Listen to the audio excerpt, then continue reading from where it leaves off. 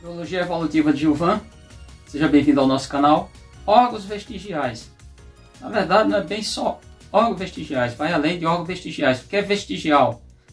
Eu vou na origem da palavra, primitivas, inclusive em algumas línguas, não só na língua portuguesa, a gente vê que vestigial é um substantivo masculino, qualquer marca, sinal de alguém que passou ou de algo que sucedeu, ainda pisada ou marca deixada por homem ou animal nos caminhos por onde passa. Rastro, pegada, tudo isso é visto. Mas vamos para órgãos vestigiais ou estruturas vestigiais, porque vai além. Existem inclusive biomoléculas que são vestigiais. A gente tem que entender uma parte, e aí está dentro do conjunto de evolução. Isso foi base, foi estudado, foi utilizado por Darwin para escrever, para o Darwin fundamentar a origem das espécies por seleção natural. Ele lançou mão de órgãos vestigiais, bem como de conceito como homologia e analogia, do estudo de embriologia, apesar de que no século XIX, meados do século XIX, segunda metade, era ciências ou parte da ciência que não era tão estudada. Então, um órgão homólogo é o órgão que ele tem a mesma origem embrionária, mas não tem a mesma função. Não tem sempre.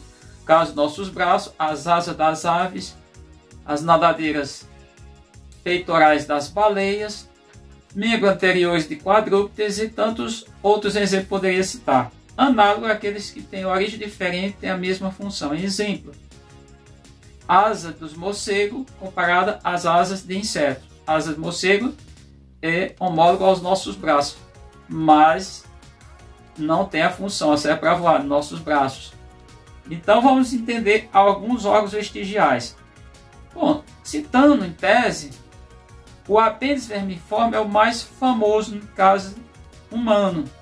O que acontece? Alguns mamíferos, esse órgão é funcional, que ali ele armazena uma quantidade de bactérias que vão ajudar na digestão desses animais que consomem folhas, se alimenta de celulose, ou seja, a base da sua nutrição, da sua alimentação, de fato, que vai nutrir é folhas, capim, por exemplo. Então, no nosso caso, apesar de ter estudo dizendo que ele ainda é funcional, mas é pouco. O apêndice vermiforme, inclusive, quando ocorrer um acúmulo de alguma coisa, ele pode passar por inflamação e aí pode ser danoso porque causa doença chamada apendicite. A localização é na região inguinal, na virilha, logo do lado direito, logo dois do lado direito. Claro, pode ser outra questão, pode ter outros fatores, mas é um indicativo que a pessoa está com esse problema. No caso da infância, esse órgão também produz células de defesa. Então, principalmente em populações, em grupo de pessoas que têm uma baixa higiene, pode ser importante, porque ele pode de fato funcionar como uma defesa. Outro órgão que a gente pode dizer vestigial no nosso corpo, órgãos, são os dentes cisos. Os dentes cisos são os últimos dentes da nossa, tanto superior quanto inferior, tanto maxilar quanto, são 4 dentes totais. O que aconteceu? O homem passou por evolução. Num passado distante, o homem vem de um ancestral comum, que era quadrúpede, e virou bípede. O homem era um homem, ou seja, vem de um ancestral que a massa cefálica era menor, e aí o que aconteceu? Essa massa cefálica aumentou, com isso houve uma redução no conjunto. Conversar isso com o odontologista, que é o dentista popularmente falando, ele vai afirmar o que eu estou falando. Houve uma mudança tanto na parte superior, que é a maxila, quanto na parte inferior, que é a mandíbula, houve um encurtamento. Com isso, os dentes passaram a ser os dentes que começaram a ter problemas. E esses devem ser extraídos porque no passado o homem utilizava, porque consumia tudo cru, principalmente mastigar raiz, caule, também frutos e outras estruturas muito rígidas, não tão assim, carne crua, e ele precisava dessa dentição. E aí isso foi, ao longo do tempo, a espécie foi mudando. Eu mesmo tive que extrair esses dentes, cirurgia, foram feitas paulatinamente. Lembro até da América que fez isso no início da década de 1980, que foi no SESC do Rio de Janeiro, lá da Tijuca, a doutora Tereza, que era de Recife, a odontóloga, e ela teve todo um cuidado de fazer um de cada vez, nunca os 4 em uma única vez. E com cuidado, o acompanhamento e tudo, e a alimentação deve ser toda cuidadosa nesse período. Então esses dentes deixaram de existir. Outro caso nós temos é os pelos, que existe na verdade um arrepio, que isso é uma questão que para muitos animais é importante, porque, por exemplo, para outros primatas, por exemplo, os macacos e outros mamíferos, eles fazem isso, o pessoal diz, o pelo está ouriçado, arrepiado, justamente para aumentar a quantidade de calor, ou seja, ele reter mais calor e passar a atravessar um período de mudança de temperatura no ambiente. Então, tem esse caso. Outro caso que tem, nosso caso, de estrutura vestigial, no caso humano, é o caso do final da coluna vertebral, que no passado foi o caso era uma cauda, já existiu nos nossos ancestrais. Isso aqui é puramente evolução, gente. Isso aqui só vai servir para quem gostar de evolução, entender a evolução. Só aqui um adendo. E esse osso é formado, são 4 ossos, que é o cóccix, são 4 ossos de fato, 4 vértebras, e essas pode até ter alguma variação anatômica, mas é muito raro, de 3 para 5. Isso é muito raro, já li alguma coisa no documento, mas é muito raro. Normalmente são 4 ossos soldados, colados, que ao final que não são funcionais, não tem em tese funcionabilidade, eles estão perdendo, né? São órgãos vestigiais. Tá?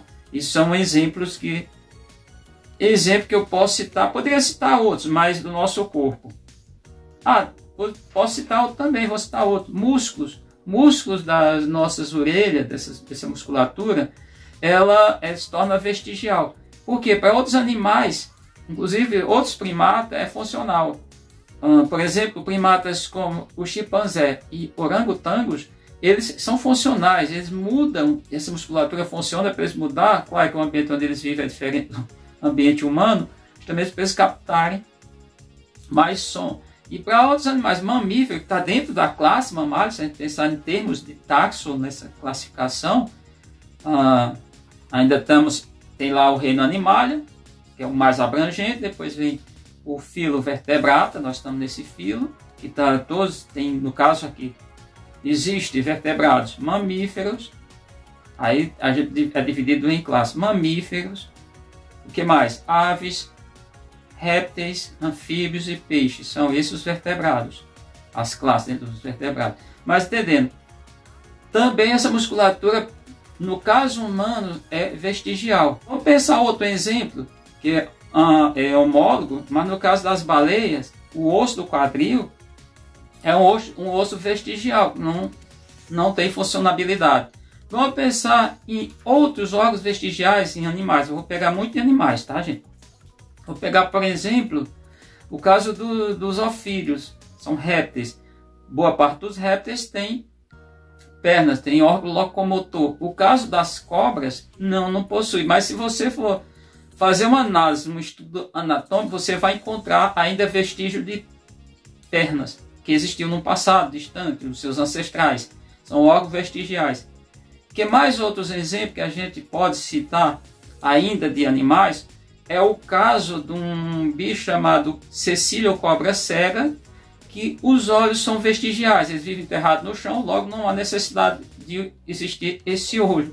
É um órgão vestigial. Só esse? Não. Bom, algumas salamandras também compartilham o mesmo fenômeno, vamos tratar isso, a mesma condição. O fenômeno fica muito bom, não. Mesma condição. Exemplo também de peixes que vivem em profundidade, peixes cavernícolas. Esses peixes também, os olhos são vestigiais, não são funcionais. Isso para citar alguns exemplos. Quando que isso se tomou uma maneira mais, dentro da ciência, passou a ser mais utilizado? Tem um biólogo, Gerhard Miller, que é é austríaco, e ele organizou, ele começou a usar mais o conceito de órgãos vestigiais, empregar dentro da ciência, tratar, criar um documento e tudo, e foi organizado por outro biólogo, que foi o Mark David Pagel, que também organizou isso em Oxford. Vamos pensar lá junto à Enciclopédia Britânica, eu acho que tudo isso. O caso que acontece nas cobras, o caso pulmonar. Os pulmões das cobras, em algumas cobras, o pulmão esquerdo é muito reduzido, eu diria reduzidíssimo. Além disso, algumas cobras não têm um pulmão, só tem um pulmão, não tem um pulmão esquerdo. Então, mostrando que para ela esse órgão é vestigial. Tem um caso particular que é o caso do nosso olho. O nervo óptico e tudo, as fotocélulas, ou seja, os receptores, eles estão voltados para trás. Isso o cérebro vai fazer uma maneira de inverter para a gente poder ver a imagem. E tem uma coisa interessante, que a imagem a gente vê, eu vou pegar como exemplo, esse objeto, na minha visão, lá na parte de retina, ele chega invertido.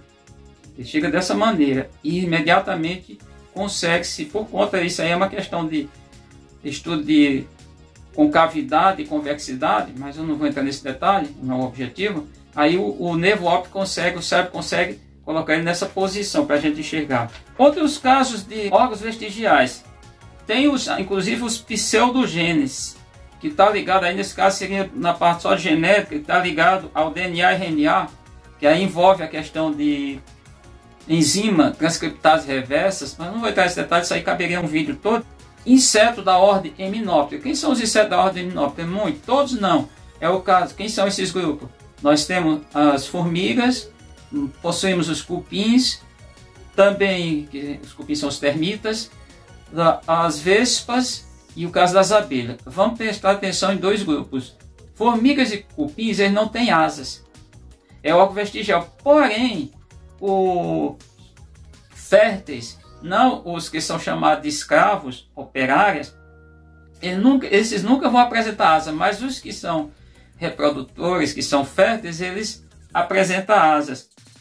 Eles têm nomes bem peculiares. Por exemplo, no caso da fêmea da formiga é chamado içá, do macho, e recebe vários, içá ou tanajura. Muito comum dentro das tribos e algumas etnias, somente no norte e centro-oeste do Brasil, eles, quando chove, eles catam esses indivíduos para se alimentar, para torrar e fazer uma farofa, principalmente de uma chamada tanajura, que chama tanajura, mas é chamado também uma taioca, ou uma formiga grande dos chapadões e cerrados.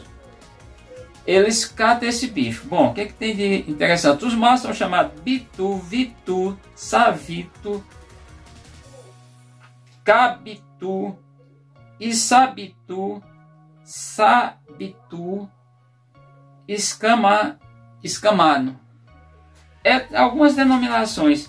Então, esse órgão é vestigiais. São vestigiais para esses grupos. Formiga de Hymenopteras, da ordem Hymenoptera, são insetos, está dentro da classe insecta. Vou pensar em filo, um taxo maior, mais abrangente. A classe insecta, a classe Diploptera, a classe Quiloptera. Quiloptera é um bicho que parece, o pessoal chama de lacraia. A Diploptera é um que chama embuá. A classe Aracnídea, que são as aranhas, escorpiões, deveria ser os escorpiões, ser a classe Scorpionídea. As outras classes é a classe crustácea. E a classe insecta tem várias ordens, essas todas têm ordem também. A ordem, entendendo? A ordem Hymenoptera tem esses dois grupos que têm órgãos vestigiais. E o caso das abelhas, nem todas, mas algumas abelhas têm órgãos vestigiais. Que abelhas? As abelhas neotropicais. Quais são essas abelhas? Que erroneamente eu, como professor de biologia do ensino básico, tenho que deixar a coisa bem clara, eu não posso deixar jamais vocês errar nessa questão. Um dia daqui a 10, 15, 20, 30 anos, se vocês tornarem profissionais, vocês não podem falar incorrer nesse erro. Dizer que o animal não tem ferrão. Ele tem um órgão vestigial. Ou seja, o ferrão das abelhas neotropicais, exemplo, nomes populares, todas as mandaçaias, todas as urussu, as jandaíras, upiras, as várias gêneros como escapotrigona, as trigonas, as frisiomelitas, as plebeias. Todas as abelhas, elas possuem o que? Elas possuem um órgão que é vestigial, que é o ferrão. No caso, a abelha que tem ferrões são as apis, que ainda guardam informação muito presente, muito próxima do seu ancestral, que é também todas as demais abelhas, que são as vespas, as abelhas solitárias, as hemissociais solitárias. A gente tem o caso da euglossa, que são solitárias, é um exemplo de solitária. No caso que é o gênero euglossa, tem outras. No caso de hemissocial, nós temos o caso de mamangal, mamangavas. E no caso das abelhas que eu citei, as abelhas, elas perderam a glândula de veneno, portanto as demais que eu estava falando, as apis e as solitárias hemissociais têm glândula de veneno. E no caso das abelhas neotropicais, elas não perderam essa glândula de veneno, não é que elas perderam, por evolução foi surgindo animais que não teve essa glândula, mas tem um ferrão que é um órgão vestigial. Então, órgão vestigial, e aí nesse caso, a gente fecha aqui, eu vou só porque eu tratei só da questão animal, não tratei do reino Monera, das bactérias, cianobactérias, não tratei do reino fúngico que tem também, não tratei do reino protista, os protozoários, as algas que também tem, e das plantas eu vou deixar só um caso, porque eu estou no ambiente de caatinga, para a gente finalizar. Nós temos o caso das cactáceas, elas têm um órgão vestigial, mas tem muitos órgãos vestigiais em planta estudada e conhecida, que são os espinhos, são folhas modificadas que não são funcionais, e até são funcionais, mas não tem a funcionalidade da folha. Qual a função da folha? Várias funções. Captar gases, em gases esse, CO2, que é o dióxido de carbono. Fazer o quê? Vamos imaginar a transpiração, liberar água, que é por essa estrutura vegetal. Toda planta tem 3 estruturas vegetais anatômicas a saber: raiz, caule e folha. Aí você pergunta para os alunos, mas cadê a folha do mandacaru, por exemplo, uma planta símbolo da caatinga? Eles não sabem. Eu digo o espinho, mas é um órgão não funcional.